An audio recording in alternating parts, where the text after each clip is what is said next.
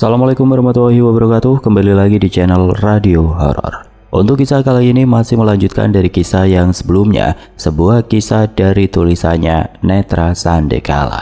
Sebuah kisah yang berjudul Kromo Leo. Sebelum kita lanjut ke ceritanya, tekan dulu tombol like video ini dan jangan lupa tekan juga tombol subscribe channel ini. Nyalakan juga lonceng notifikasinya agar tidak ketinggalan cerita-cerita lainnya. Dan seperti apa untuk lanjutan dari kisah ini? Langsung saja kita masuk ke ceritanya.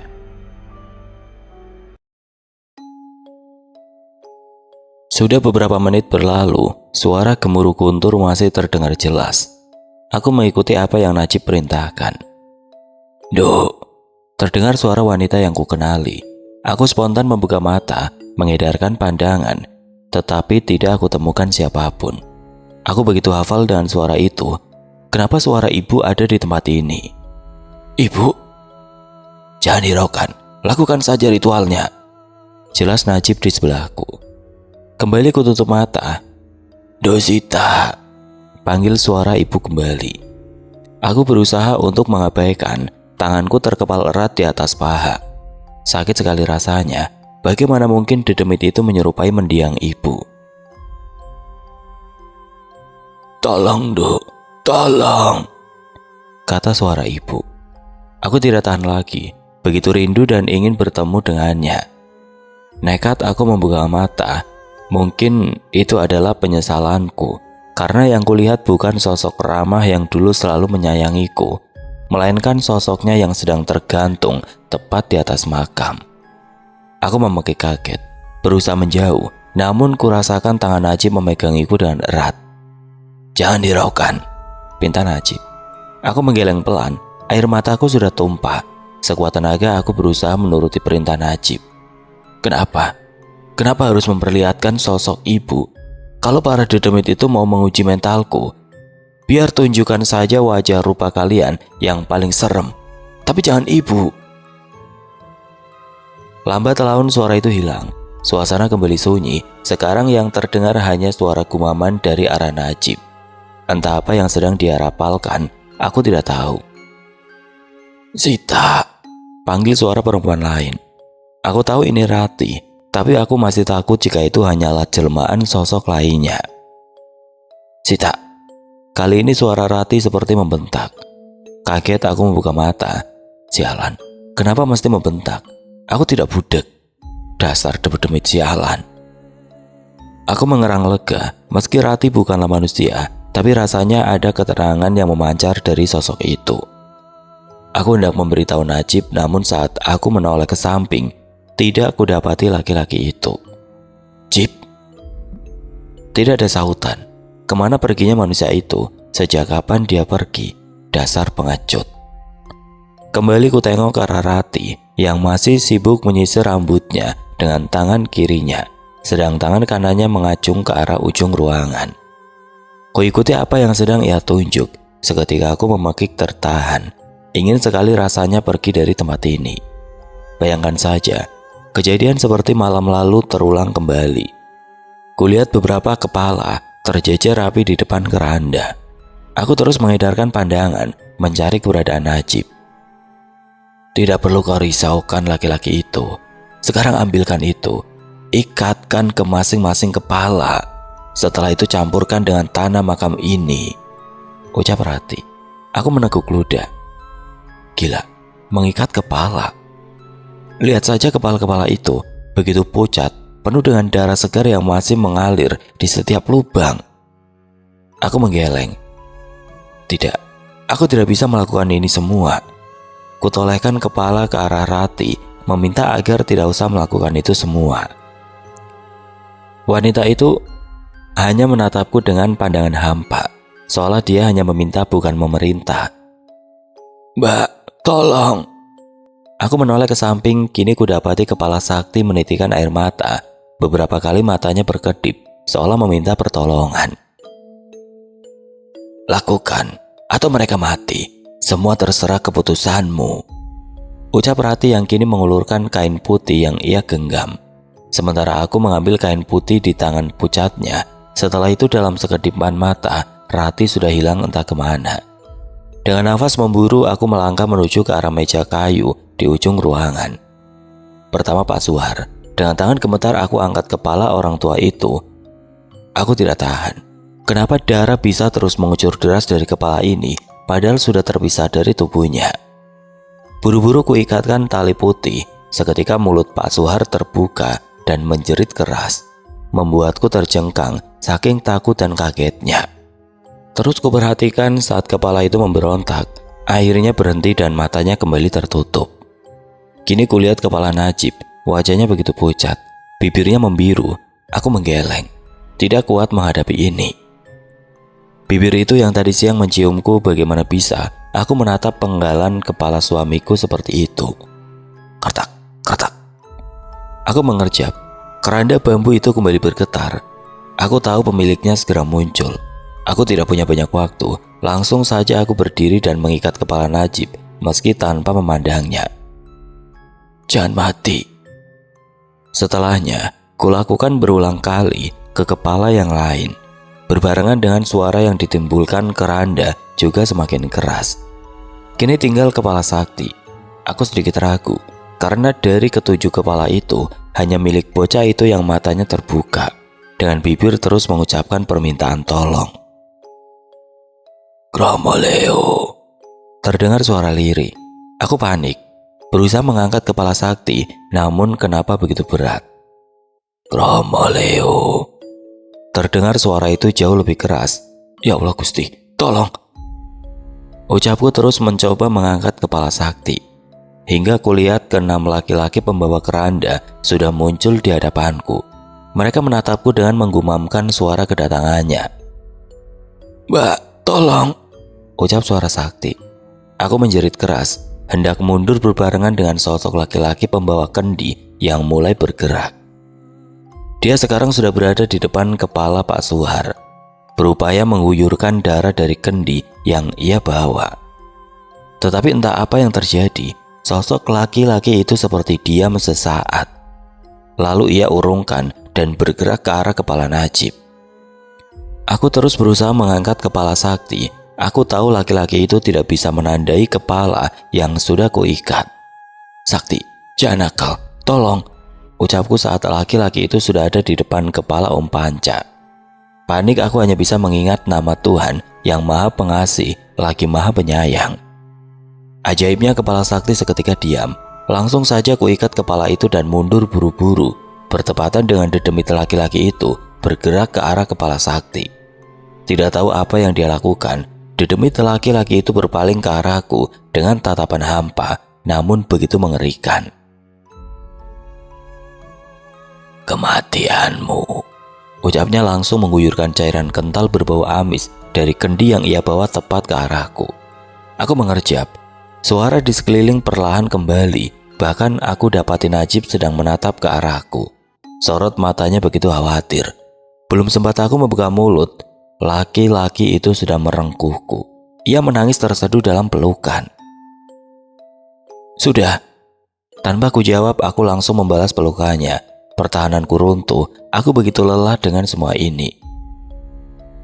Kamu dari mana? Kenapa pergi? Isaku ketakutan. Najib menggeleng. Aku tidak beranjak sesenti pun. Sukmamu yang masuk ke dunia mereka, kita selesaikan semuanya, kata Najib sambil mengelus punggungku. Kenapa? Kenapa harus aku? Tanyaku sesegukan. Najib tidak menjawab. Ayo, kita selesaikan. Aku melepaskan pelukanku, canggung dengan apa yang barusan aku perbuat. Sudah bertemu dengan wanita itu? Sudah kamu berikan kainnya? Tanya Najib. Aku mengangguk, segera berdiri, tidak lupa mengambil segenggam tanah dan berjalan ke arah keranda. Ku ambil kain yang mengikat di ujung keranda. Mana kendinya? Pintaku kepada Najib. Laki-laki itu berdiri dan langsung menyerahkan kendi itu kepadaku. Segera kumasukkan segenggam tanah dan juga kain putih kusam ke dalam kendi. Sekarang bagaimana? Kemarikan. Najib meminta kendi itu. Segera ia buka dan merapalkan sesuatu, lalu dia memasukkan tangannya ke dalam kendi. Ia memintaku mendekat. Entah berisi apa kendi itu, sungguh baunya begitu memualkan, membuatku hampir saja mengeluarkan isi perut, saking busuknya. Tahan ya. Ucapnya langsung mengusapkan tangannya yang basah ke wajahku. Seketika aku rasakan kulit wajahku terbakar hebat. Aku mengerang keras. Hal itu juga terjadi kepada Najib. Laki-laki itu mengerang, bahkan kendi yang ia pegang sampai terjatuh ke tanah. Setelah beberapa saat kubuka mata, namun seketika langsung menyesal. Kenapa tempat ini sudah penuh sesak dengan makhluk yang mengerikan. "Bambu, pergi!" Terdengar suara Rati menggema di telingaku. Aku menggeleng, menangkap tangan Najib dan segera mengambil salah satu bambu yang mencuat dari keranda. "Aduh!" erangku saat tangan tergores bambu. Segera setelah berhasil, aku langsung berlari menuntun Najib yang masih mengerang kesakitan keluar cungkup. Di luar hujan masih begitu lebat, tetapi aku tidak peduli. Terus kutarik Najib menjauh dari tempat terkutuk itu. "Bawah pohon," ucap suara Rati kembali. Aku tidak melihat sosoknya, namun kuturuti saja perintah dari dedemit perempuan itu. "Duduklah. Kita berteduh dulu di sini," pintaku kepada Najib. Laki-laki itu mengerja beberapa kali, namun bukannya duduk, ia justru menengadahkan kepalanya, seolah mencoba mendinginkan kulit wajahnya dengan air hujan. "Gila, air apa itu tadi? Wajahku rasanya terbakar," ucap Najib. Aku tidak menggubrisnya. Dasar sinting, kalau dia tidak tahu. "Lantas, apa kabar denganku? Sekarang bagaimana?" tanyaku bingung tanpa memandang Najib. Berbagai cara ku coba untuk melihat ke arah cungkup, mencari keberadaan Rati. "Kita tinggal menunggu sosok Romoleo muncul. Bagaimana kamu bisa tahu kita harus menunggu di pohon ini?" tanya Najib heran. "Rati yang memberitahuku, kita tidak perlu menunggu." Ucapku langsung beringsut saat melihat siluet orang sedang masuk ke dalam cungkup. Gila, benar-benar gila. Kenapa aku mau melakukan hal bodoh seperti ini? Kini kulihat para pemanggul keranda itu sudah berdiri di pintu masuk cungkup. "Apa yang sudah terjadi?" tanya Najib. "Shh, ada yang masuk ke cungkup." Bodoh benar suamiku itu. Bagaimana kalau orang itu mendengar? Aku yakin dia bukanlah dedemit. Jelas ia berjalan dan mencoba masuk ke dalam cungkup. "Kromoleo," terdengar suara Najib. "Bodoh, manusia itu." "Sudah diam dulu.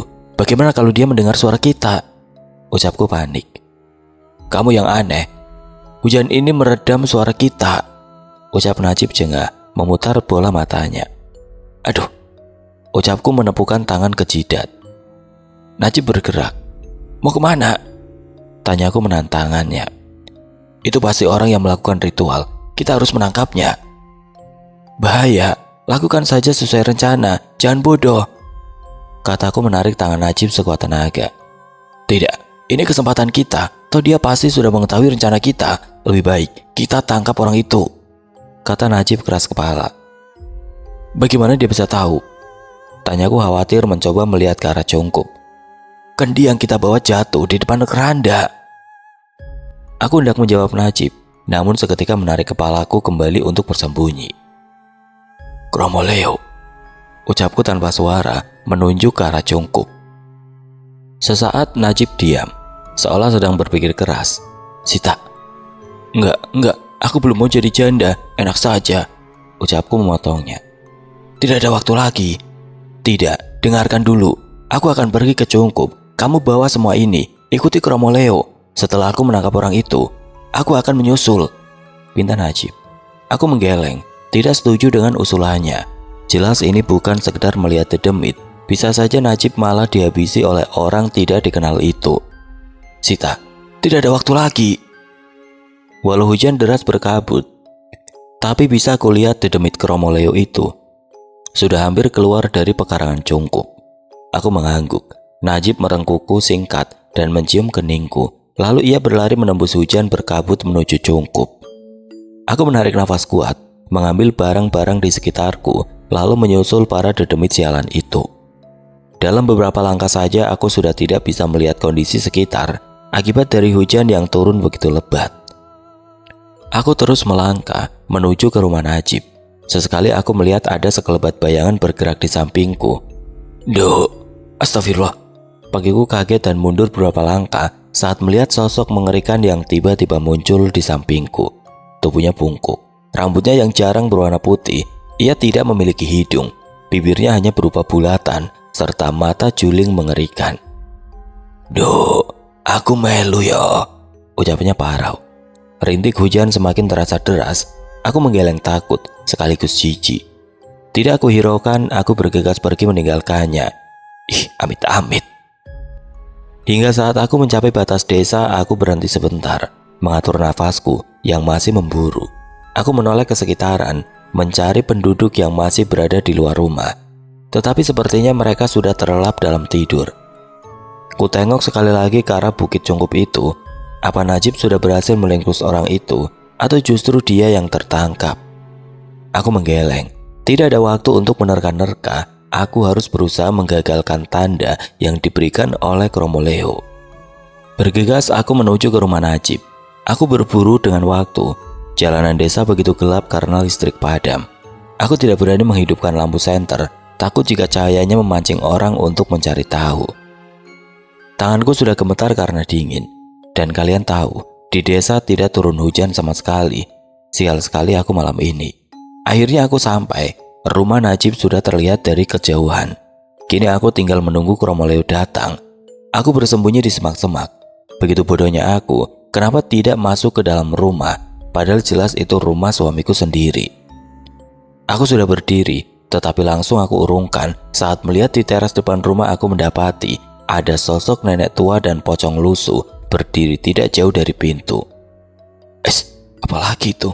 Jip, pulanglah, erangku ketakutan. Malas jika harus mendekat ke arah sosok aneh itu. Aku memutuskan untuk menunggu di bawah pohon ini saja. Kromo Leo. Sahib aku mendengar suara lirih. Kepalaku menoleh ke arah sekitar, mencari keberadaan sosok Kromo Leo. Namun aku tidak melihat dedemit itu. Kromo Leo. Suara itu berbarengan dengan suara lolongan anjing dari kejauhan. Aku tahu, inilah saatnya. Bergegas aku keluar dari persembunyian. Waktuku tidak banyak. Sebelum mereka sampai di tempat ini, aku harus menaburkan beras ke sekeliling rumah. Belum lagi saat kemunculan mereka, aku harus menancapkan bambu keranda ke depan pintu. Aku sudah separuh jalan menaburkan beras, hingga aku dengar suara seseorang sedang mendekat. Bergegas aku beringsut, bersembunyi di keremangan semak-semak di ujung rumah. Sial, kenapa mesti sekarang? Ucapku panik, mencoba memfokuskan pikiran agar terus mendengar suara Kromo Leo. Ada apa toh? Tumben bapak minta kita keliling desa, tanya salah seorang pria. Aku juga tidak tahu, lihat, serem banget, kata salah seorang yang lainnya. Aku mencoba untuk melihat, tidak jauh dari tempatku bersembunyi, kulihat dua orang laki-laki parubaya dengan sarung dilingkarkan ke pundak serta kupluk di kepala mereka. Mas Joko, katanya Kromo Leo muncul lagi ya, ucap seseorang yang tubuhnya lebih kecil. Wes, jangan sembarangan Gus, kata orang yang dipanggil Joko. Laki-laki berbadan gempal ini terlihat panik dengan menolehkan kepala ke sekitar. Beneran, aku juga ngeri sendiri. Terakhir Kromo Leo muncul dan ada sesepuh desa yang meninggal toh, kata Agus sambil menyorotkan senternya ke wajah Joko. Makanya kamu jangan sembarangan. Kamu tahu sendiri kan pesan dari bapak. Kalau ada yang mencurigakan, langsung tangkap saja, kata Joko. Ini rumah Najib kok sepi banget ya. Hawanya mirip orang berkabung. Iya Gus, apa Najib sedang ke kota? Lihat itu Gus, kata Joko menyorot ke arah jalanan di samping rumah Najib. Apa itu? Kenapa ada beras kuning di situ? Kata Agus dengan suara ketakutan. Kromo Leo. Terdengar sayup suara orang secara bersama-sama. Aku menoleh ke sisi yang lain. Kulihat dari kejauhan sosok itu sudah muncul. Sial, kenapa harus sekarang? Aku belum sempat menabur sekeliling rumah dengan beras kuning. Panik aku mencari-cari benda di sekitarku. Siapa tahu ada sesuatu yang bisa digunakan untuk mengusir kedua laki-laki itu. Kurasakan ada batu kerikil. Bodoh amat jika benda ini terkena kepala mereka. Jauh lebih penting nyawa suamiku saat ini. Kulempar kuat-kuat batu kerikil yang aku pegang. Aduh, erang aku sambil mengusap belakang kepalanya. Beruntung mungkin ini keberuntunganku. Tepat saat ia menoleh, sosok Kromo Leo juga terlihat sudah dekat dengan dua pemuda itu. Brengsek, apa itu? ucap Agus menarik tangan Joko agar melihat ke arah belakangnya. Apa itu mas? Teriak Joko langsung berlari diikuti dengan Agus di belakangnya. Buru-buru aku keluar dari persembunyian. Segera aku taburkan beras kuning di kantong kresek yang kubawa. Kromo Leo. Suara itu semakin terdengar kencang. Aku sudah tidak punya waktu lagi. Mereka sudah hampir mencapai depan rumah Najib. Tidak tahu harus berbuat apa, nekat aku tancapkan potongan bambu dari keranda itu di atas beras kuning yang kusebar. Seketika telingaku berdenging kuat sekali, sampai aku harus menutupnya dengan kedua tangan. Lalu suara di sekitarku menghilang. Yang tertinggal hanya suara derik nafas menakutkan dari arah Kromo Leo. Aku membuka mata, mencoba mencari tahu, dan yang kulihat, sosok yang membawa payung hijau bergerak. Ia membuka payung hijau yang dipeganginya. Seketika, aroma busuk menguar hebat. Lalu setelah itu dia menancapkan gagang payung itu ke tanah. Kemudian sosok yang membawa kendi berjalan. Ia hendak mengeluarkan sesuatu, tetapi seolah ada sesuatu yang aneh ia urungkan. Kali ini ia berbalik, berjalan ke arah keranda.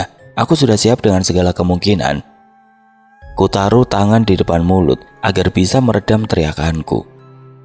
Benarkan dugaanku, jika di dalam keranda itu terdapat kepala-kepala yang kuikat saat dicungkup tadi.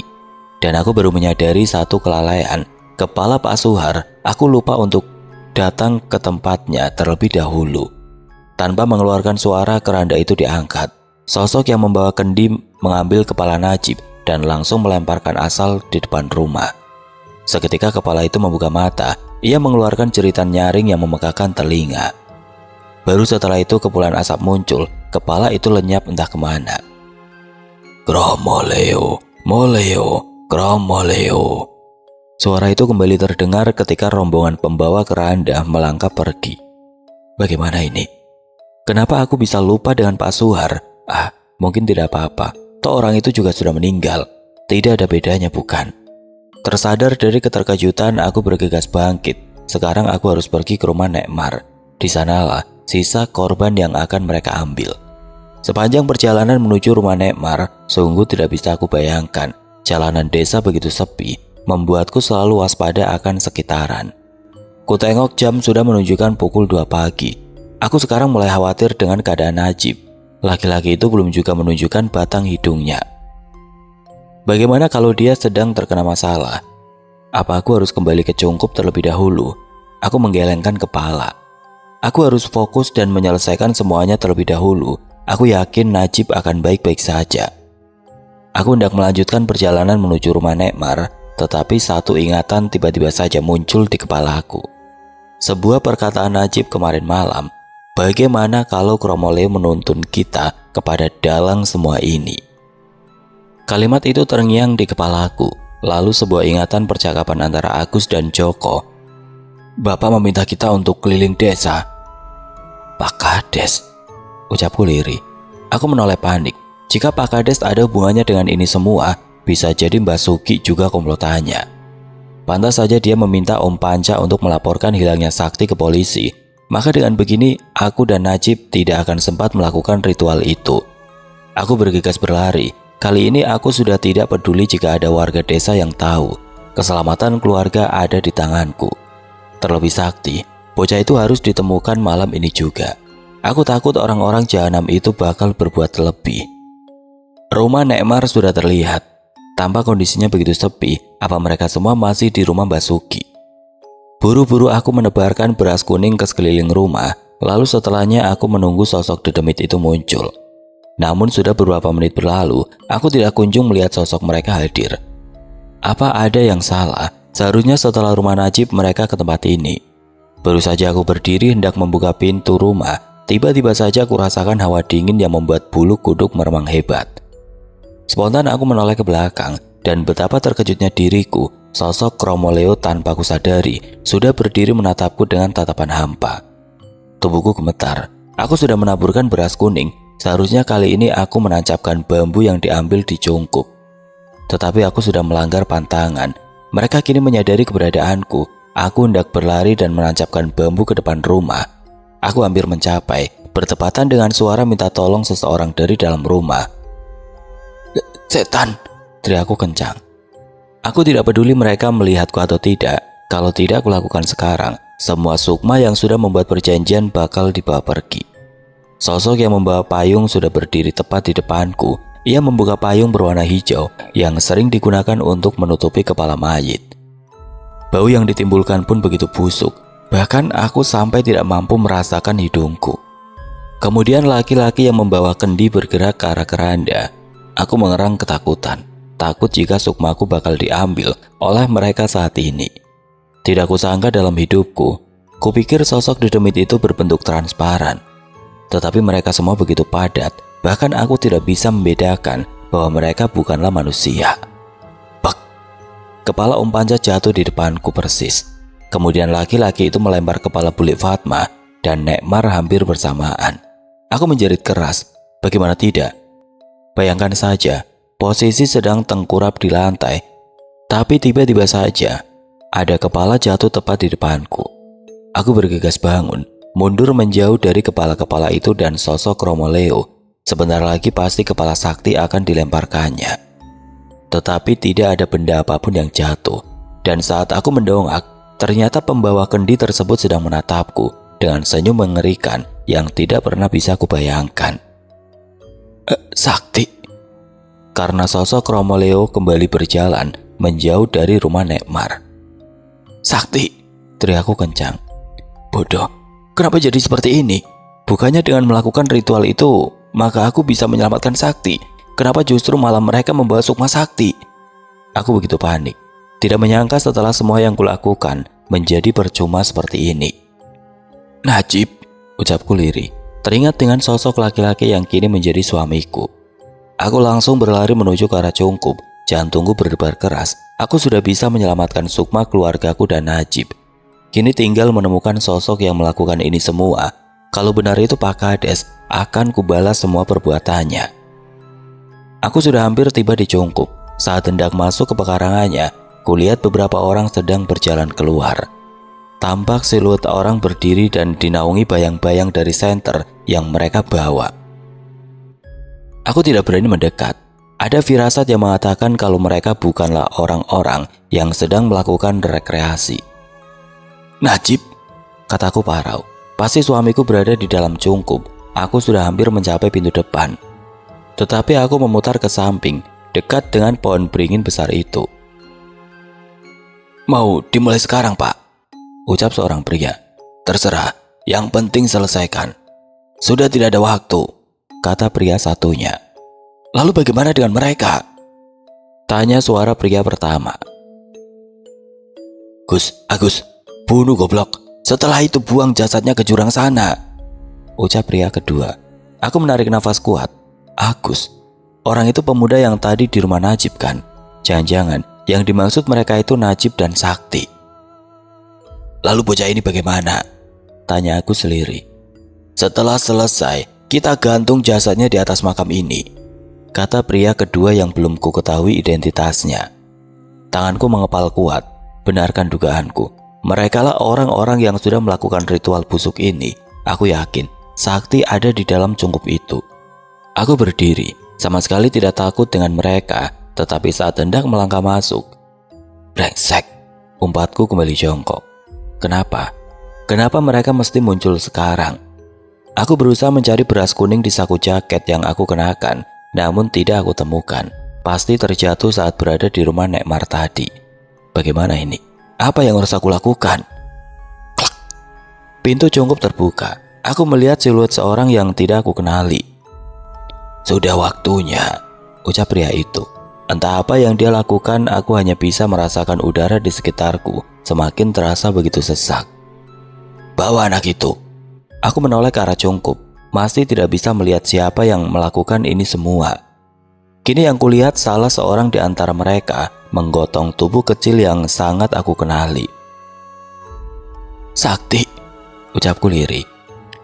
Siram kendi ke arah Romo Leo saat sudah melakukan 7 putaran, ucap Ratih jelas di telingaku. Aku mulai panik, menoleh ke arah sekitaran mencari keberadaannya, namun tidak aku temukan sosok wanita itu. Aku kembali menoleh ke arah Cungkup. Kendi yang dimaksud Ratih pasti yang tadi kami bawa. Sekarang yang harus kulakukan hanya berpikir Bagaimana caranya masuk ke Cungkup? Kalau aku tidak bergegas menghentikan mereka, pasti nyawa Sakti dan Najib bakal melayang. Tapi apa yang harus aku lakukan? Kembali ke desa untuk meminta bantuan atau nekat menghajar mereka?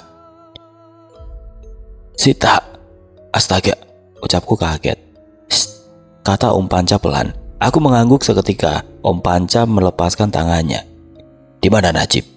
Aku menggeleng. Mungkin di dalam sana. Tadi dia mencoba mencari tahu. Ucapku menegaskan kalau kami berpisah. Bagaimana?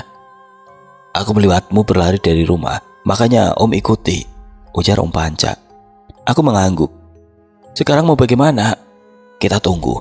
Setelah mereka lengah, baru kita hajar sekuat tenaga. Masih bisa pencaksilat kan? Tanya Om Panca.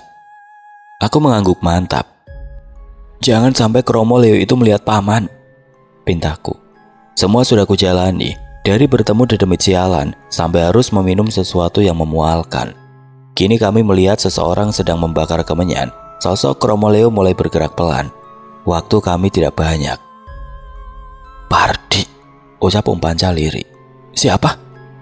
Orang yang dulu ditolak bulekmu, jawab Om Panca.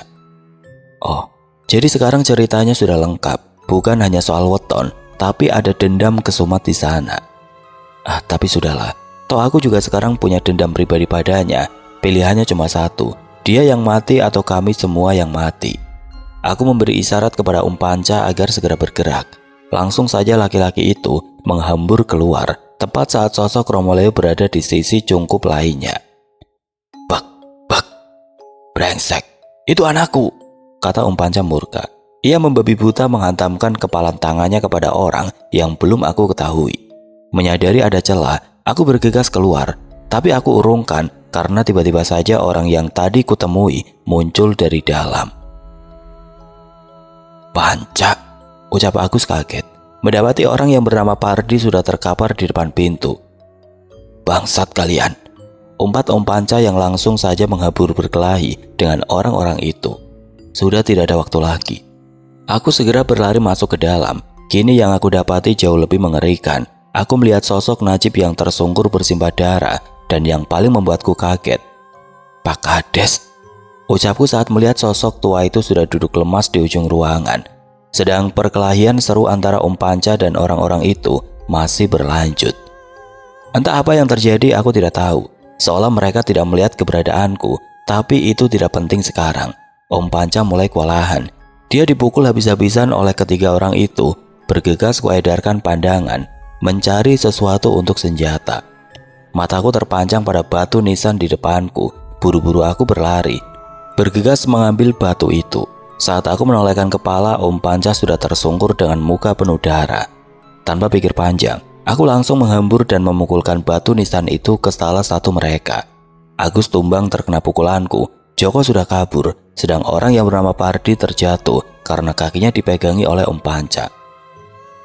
Brengsek, umpatku langsung memukulkan batu itu ke punggung Pardi. Sita, teriak suara Rati kencang di telingaku. Aku tersentak kaget, lupa kalau masih ada yang harus kulakukan. Aku mencari keberadaan kendi yang terjatuh saat aku melakukan ritual bersama Najib. Saat melihat benda kecil itu di bawah keranda, buru-buru aku mengambilnya. Untung masih ada sisa air di dalamnya. Kromo Leo, terdengar suara dari luar Cungkup. Aku segera berlari keluar. Kini kulihat tubuh Sakti menggelepar seperti orang terkena penyakit epilepsi.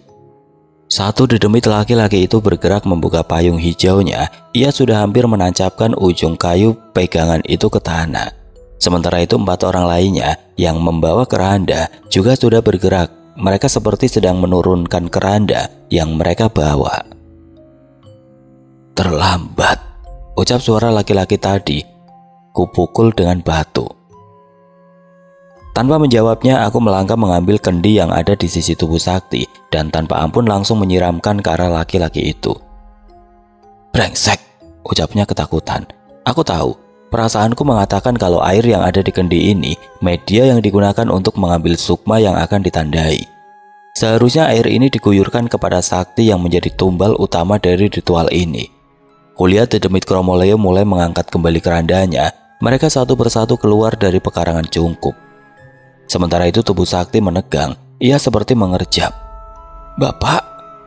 Aku mengerang lega melihat ke arah Om Panca yang bergerak lemas ke arah Sakti, sedang laki-laki yang tidak aku kenali sudah pingsan karena tambahan pukulan dari Om Panca. Aku bergerak ke arah Najib. Aku periksa nafasnya masih ada. Bodoh, katanya kuat. Kenapa malah jadi seperti ini, Mas? Ucapku lirik. Beberapa hari berlalu sejak kejadian di Cungkup itu. Jadi, Pardi di penjara? Tanyaku saat kami berbincang di rumah Nekmar. Iya, tapi dia sulit untuk berbicara.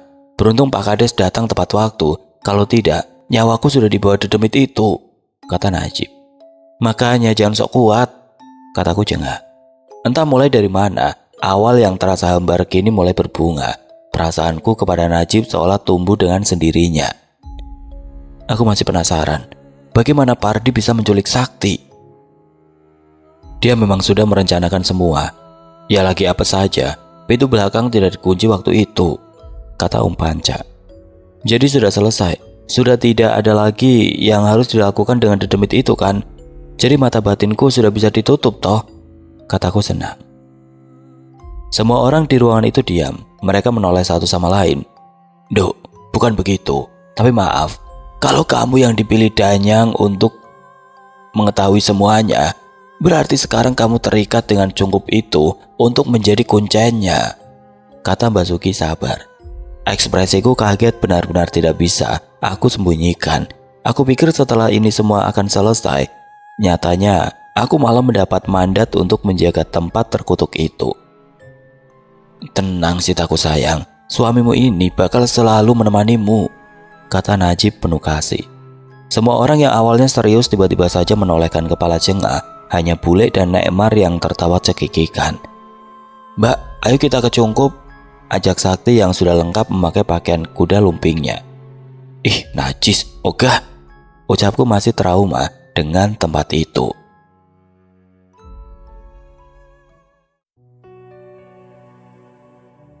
Oke teman-teman, sekian untuk kisah kali ini. Bagaimana menurut kalian tentang kisah ini? Tulis komentar kalian di kolom komentar. Dan buat teman-teman yang baru bergabung, jangan lupa untuk like, komen, share, serta subscribe channel ini. Dan nantikan kisah-kisah horor berikutnya tetap di channel Radio Horor. Wassalamualaikum warahmatullahi wabarakatuh.